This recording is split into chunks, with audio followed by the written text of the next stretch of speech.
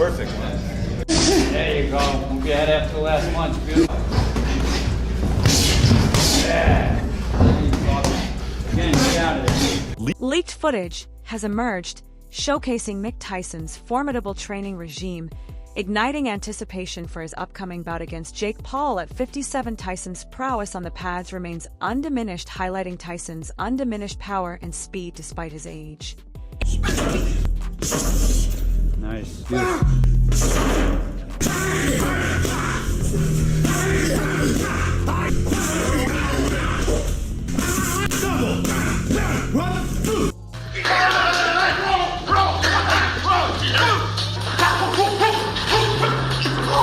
Extremely vicious workout, right?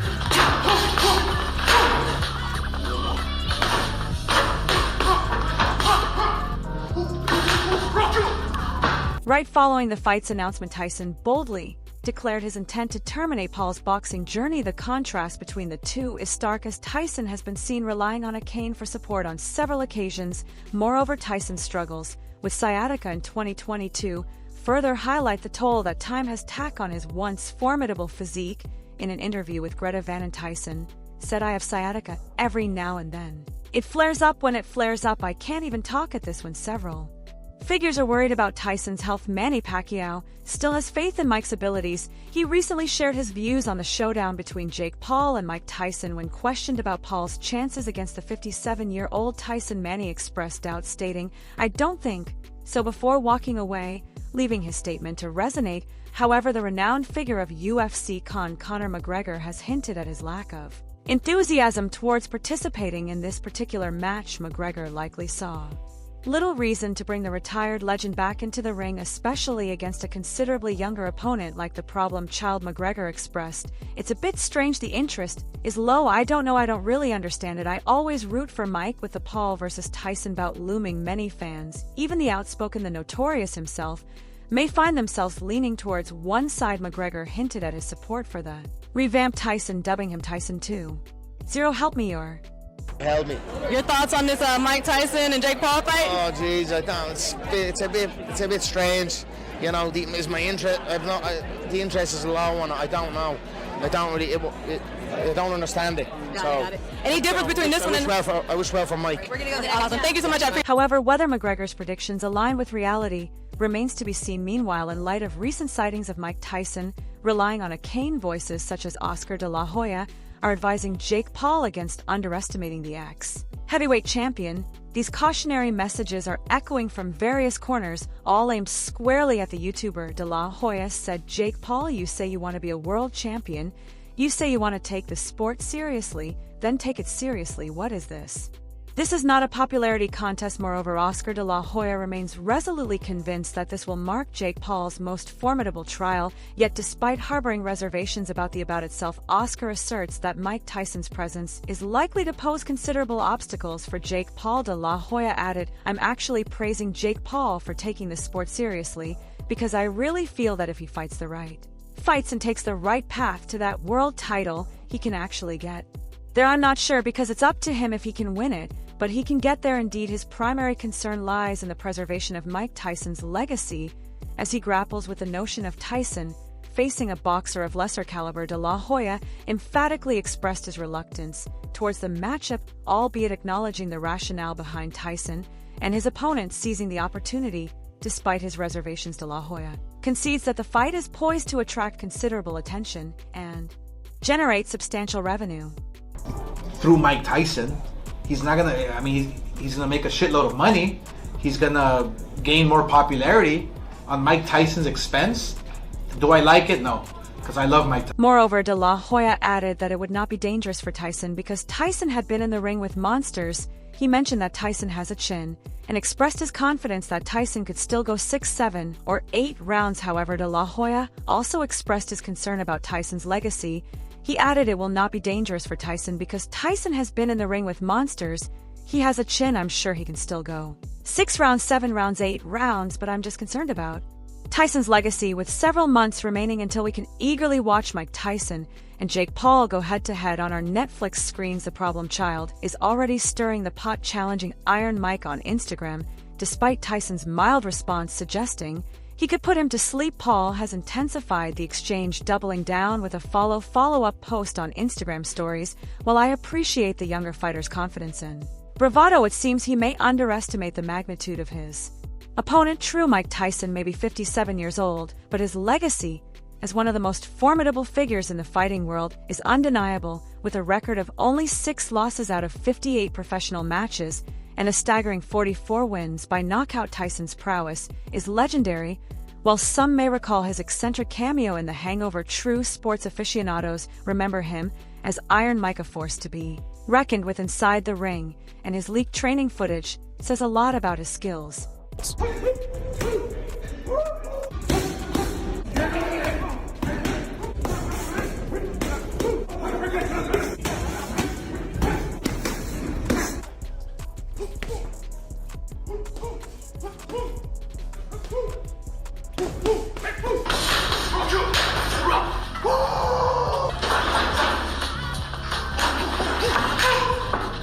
Paul may be pinning his hopes on the fact that Tyson's prime days are long gone, and he hasn't stepped into the ring since 2020. Nevertheless, in the realm of professional fighting, much depends on training and skill. Despite not being in peak condition, Tyson retains his wealth of experience. It's remarkable that, considering his age nearing 60, he maintains impressive physical fitness.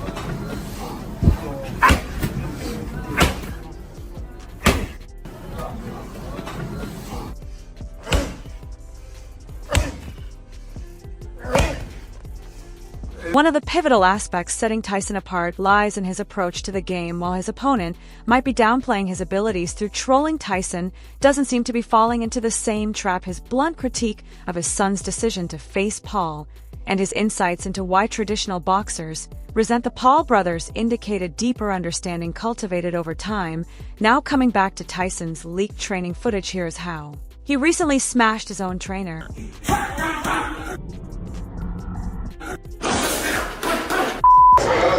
Today was the day, you know. Play with fire, sometimes happen.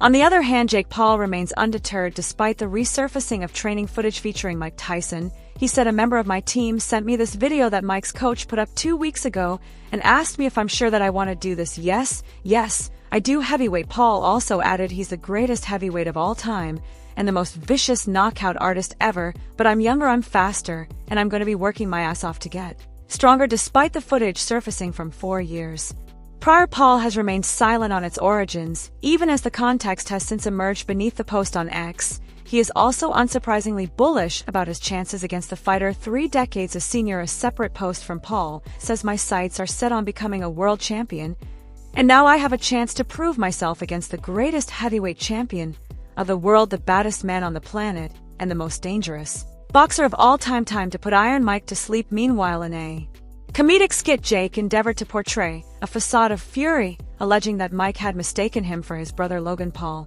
During their initial encounter, Jake tweeted, "I idolized Mike Tyson until the first time I met him 4 years ago.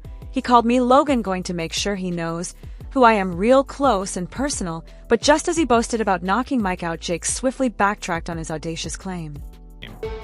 "You heard it right, motherfucker. I'm fighting Mike Tyson." Oh shit. I'm just so glad to have the honor to step in the ring with one of the most brutal and vicious and most ruthless champions there's ever been. Everyone is well aware of the evident peril looming over the YouTuber. A fact even he acknowledges evident in the skit he produced. While Jake Paul may be the primary purveyor of bravado, Tyson's mere glance is enough to induce a desire for sturdier undergarments. Meanwhile, fresh from overseeing UFC 299, Dana White found himself in the spotlight talking about the Tyson versus Paul fight. He said he gets mad when I do this. I asked him not to fight, but Mike's almost 60 now, man. I don't know. The 54-year-old event organizer expressed a modicum of curiosity about witnessing Mike Tyson's capabilities at his current age. Nevertheless, he harbors reservations regarding matchups like Jake Paul versus the legendary Iron Mike, citing the substantial contrast between the two fighters and expressing disapproval of such unequal contests. Dana White added, "I love Mike Tyson personally as a friend, and he's one of my favorite athletes. Of all time, let's see what he can do go in there put together a training camp. And comment I don't like seeing guys at his age fighting it. Additionally, he highlighted the primary rationale behind his lack of enthusiasm for Tyson's forthcoming bout with Jake Paul. Moreover, Dana White voice is concerned questioning the fairness of pitting Paul against the seasoned Iron Mike, given their substantial age gap of over 3 decades. He further stated there is a 31-year age difference during that fight. Additionally, Dana White has made it clear that neither he nor the UFC is inclined towards arranging such bouts. The stance has been unwavering over the years, with the 54-year-old asserting that his sentiments regarding fighters with significant age disparities are well known. You guys know what I during that fight, just, you guys know what I think of that stuff. Know what I think of that stuff. Now at 57, Tyson aims to close the loop by confronting the younger challenger in what he envisions as a defining moment. However, amidst the anticipation, concerns are raised by analyst Stephen A. Smith, who worries about Tyson's well-being stepping back into the ring.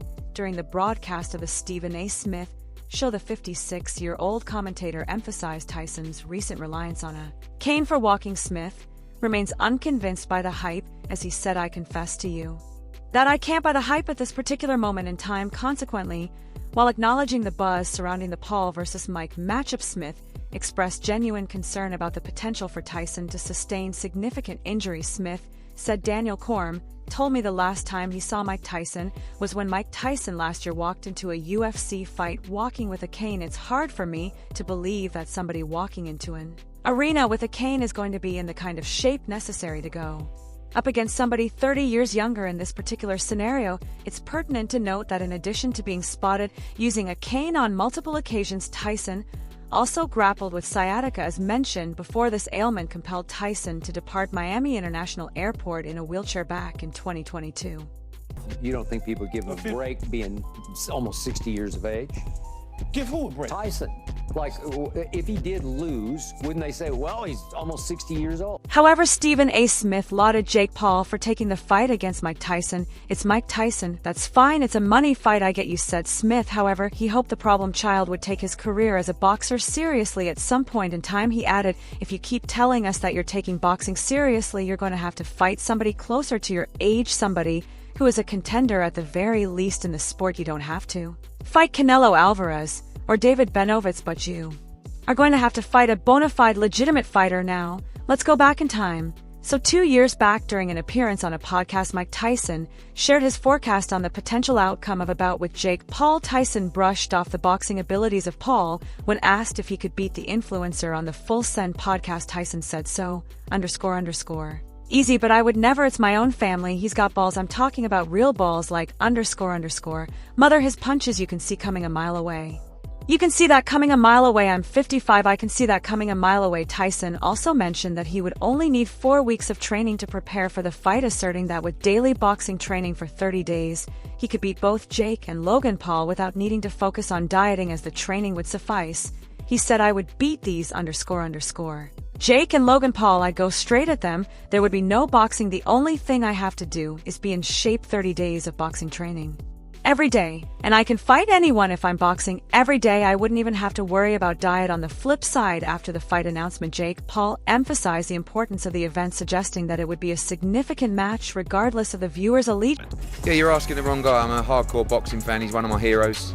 I find it very sad, but it's a big event. I understand people are going to watch it, and it's entertainment, I guess, but for someone that idolised the guy growing up." Taking a different stance, he challenged the prevailing belief that Tyson would easily triumph over Paul, asserting his disagreement with the popular opinion as the problem child made his dissent public. "Well, I'll watch it. It's like a barroom argument that came to life," said Biss, despite Nikisa Bader and Jake Paul's manager anticipating the Paul versus Tyson bout to shatter viewership records in contemporary boxing. Dissenting voices echo against the impending spectacle. Skip Biss scoffs at the notion of the matchup, suggesting it was conceived whimsically over drinks in a dimly lit barroom by a handful of individuals. Skip said guys might be having some drinks and say, "What if Jake Paul fought Mike Tyson? Like right now, what would happen? That's just something you throw around and argue about it. Mike Tyson would kill him."